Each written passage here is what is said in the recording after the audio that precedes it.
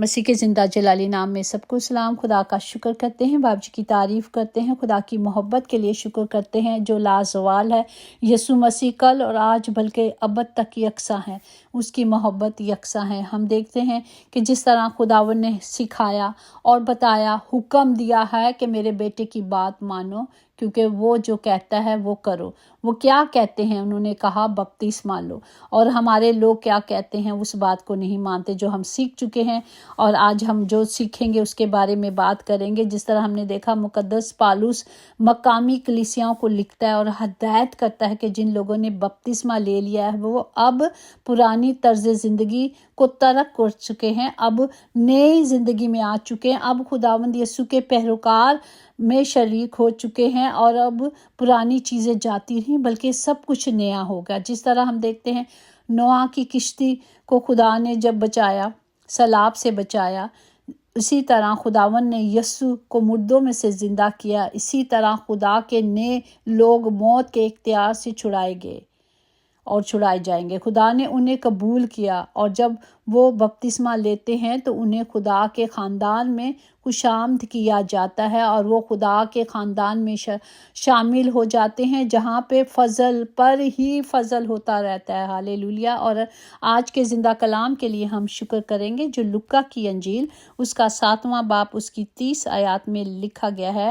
مگر فریسیوں اور شرع کے عالموں نے اس سے بپتسمہ نہ لے کر خدا کے ارادے کو اپنی نسبت باطلان کر دیا۔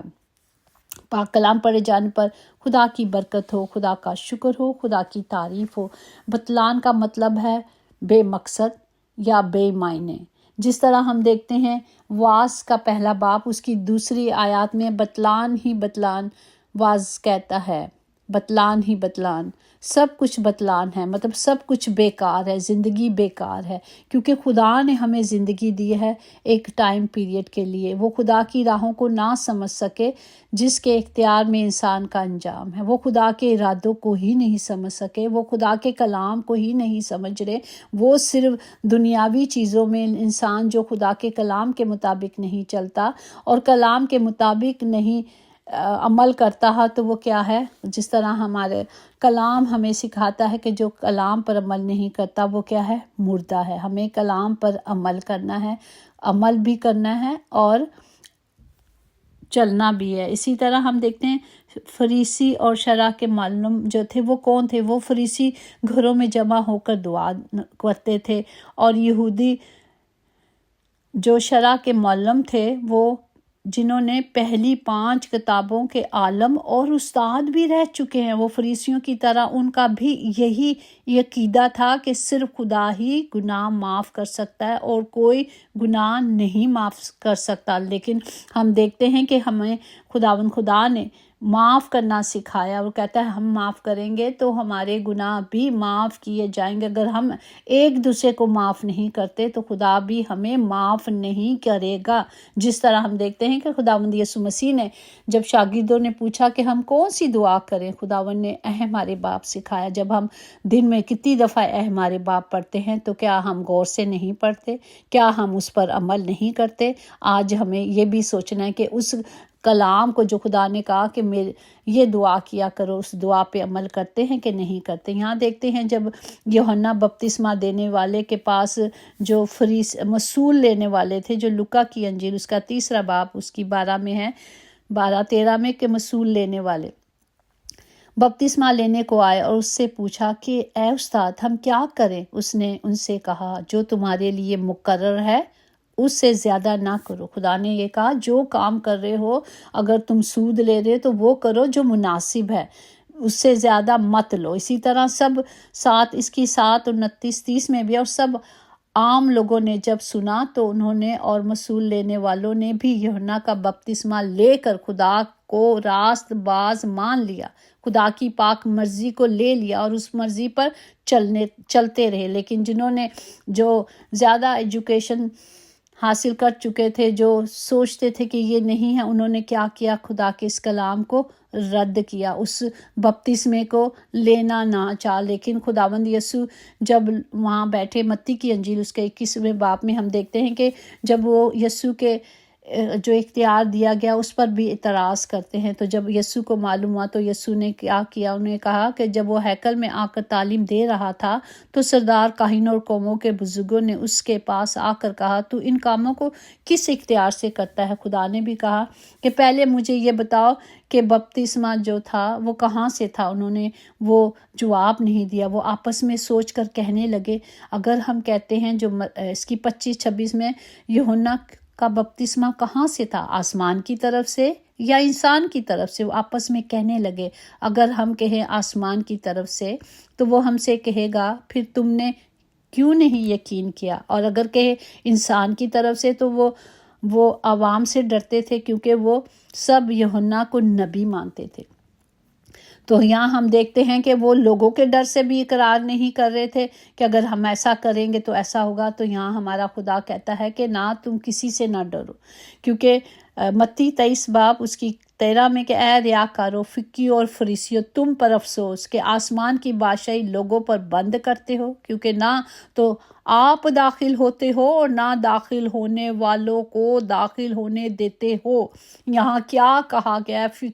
فریسی کون تھے؟ وہی جو وہاں کے سردار بنے بیٹھے تھے، جو پڑھے لکھے تھے، وہ ایسے ہی تھے جو یہ منع کرتے تھے لوگوں کو کہ یہ نہیں کرنا۔ اور خدا کا کلام ہمیں کیا سکھاتا ہے؟ لوکا 11 اور اس کی 52 میں بھی کہ اے شرع کے عالموں، تم پر افسوس کہ تم نے معرفت کی کنجیاں چھین لی، تم آپ بھی داخل نہ ہوئے اور نہ داخل ہونے والوں کو بھی روکا۔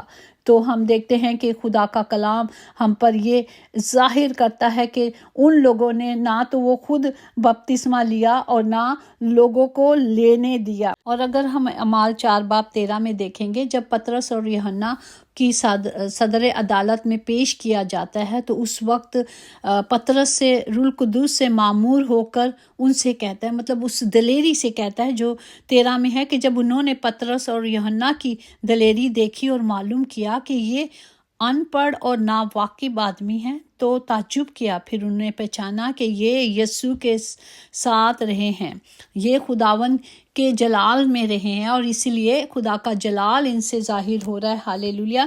ہم دیکھتے ہیں کہ انہوں نے دلیری سے اس کلام کو بیان کیا، اور ہم دیکھتے ہیں کہ ان لوگوں نے جو خود ناواقف تھے انہیں کیا کیا، لوگوں کو بھی اس حکم کی تابع داری نہیں کرنے دی، کیونکہ وہ خود نہیں کر رہے تھے، اس لیے انہوں نے ان کو بھی روک دیا۔ لیکن ہمیں کلام بتاتا ہے کہ ہمیں کیا کرنا ہے، عمدہ باتوں کو پسند کریں اور مسیح کے دن تک صاف دل رہیں اور ٹھوکر نہ کھائیں، اور راست بازی کے پھلوں سے جو یسوع مسیح کے سبب سے ہے بھرے رہیں، تاکہ خدا کا جلال ظاہر ہو اور اس کی ستائش کرتے رہیں۔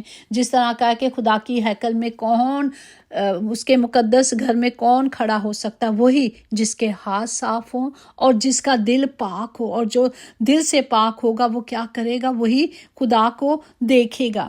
ہمیں خدا کا زندہ کلام یہاں یہ سکھاتا ہے کہ خدا جو رحیم اور رحم کرنے والا خدا ہے، ہمیں کیا کرنا ہے؟ صرف خدا، چاہے لوگ کیا بھی کہہ رہے ہیں، آپ کے ارد گرد والے، آپ کے فیملی والے، آپ کے دوست، آپ کے محلے دار، رشتہ دار کیا کہہ رہے ہیں، وہ آپ کو بیکار سمجھتے ہیں، وہ آپ کو رد کرتے ہیں، لیکن وہ کرتے ہیں، لیکن ہمارا خدا، ہمارا زندہ خدا جسے رد کی ہوئی چیزوں اور بیکار چیزوں کو کیا کرتا ہے؟ مقصد کے لیے استعمال کرتا ہے، کیونکہ ہم کو ایمان کے وسیلے سے فضل سے نجات ملی ہے۔ یہ ہماری طرف سے نہیں بلکہ خدا کی بخشش ہے۔ پریز دی لارڈ۔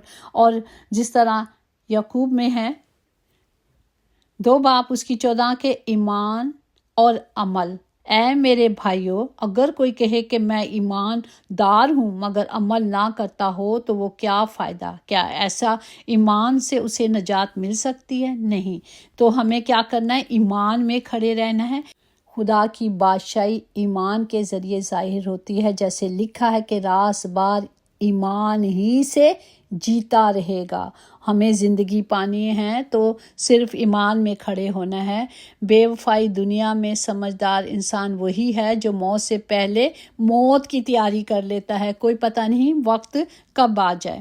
تو ہمیں وقت کے لیے تیار رہنا ہے۔ آج کا زندہ کلام ہمیں یہی سکھاتا ہے کہ ہمیں صرف خدا کے حکموں کو ماننا ہے، خدا کے کلام کو لینا ہے، چاہے دنیا کیا کہتی ہے، ہمیں دنیا کا نہیں، ہمیں خدا کا خوف ہونا چاہیے، ہمیں تھر تھرانا ہے، کانپتے ہوئے خدا کی پاک حضوری میں رہنا ہے۔